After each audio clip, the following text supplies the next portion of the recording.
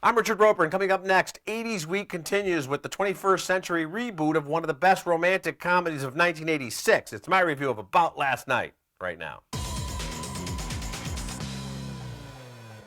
What started as a David Mamet play called Sexual Perversity in Chicago in the 70s and became a movie hit for a very young Rob Lowe and Demi Moore in the 1980s has now been moved from my Chicago to Los Angeles for the latest version. So much for the 16-inch softball scenes. I mean, a fella comes out here to play ball. Am I wrong? Okay, the truth is, while the young Demi Moore and the even younger Rob Lowe were equally pretty in the mid-80s, neither one of them could act much at the time.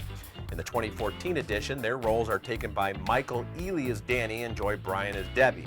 They're just as attractive, and the acting is an upgrade. The downside is the 40-year-old Ealy and the 39-year-old Bryan seem way too old and too mature to be playing people that seem to be experienced their first or maybe just second serious grown-up relationship. This is my roommate, Debbie Sullivan. This is Danny Martin. Nice to meet you. Nice to meet you. Kevin Hart's Energizer comedic style is well suited to playing Danny's ever-horny, trash-talking best buddy Bernie. That's right, Kevin Hart is playing a guy named Bernie Lidko. What happened? He broke Up with me. Get out of here. His thing.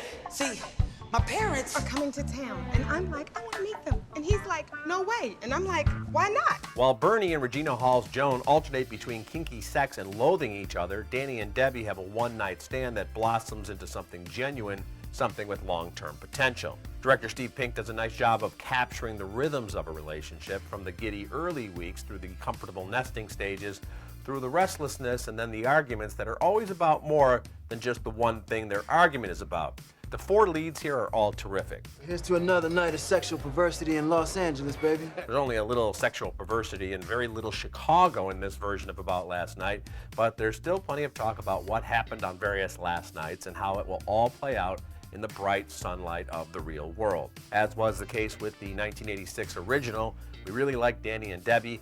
We feel for them when they go through the many stages of a relationship, and we're rooting for them to stick it out and grow old together. I give this version of About Last Night a B.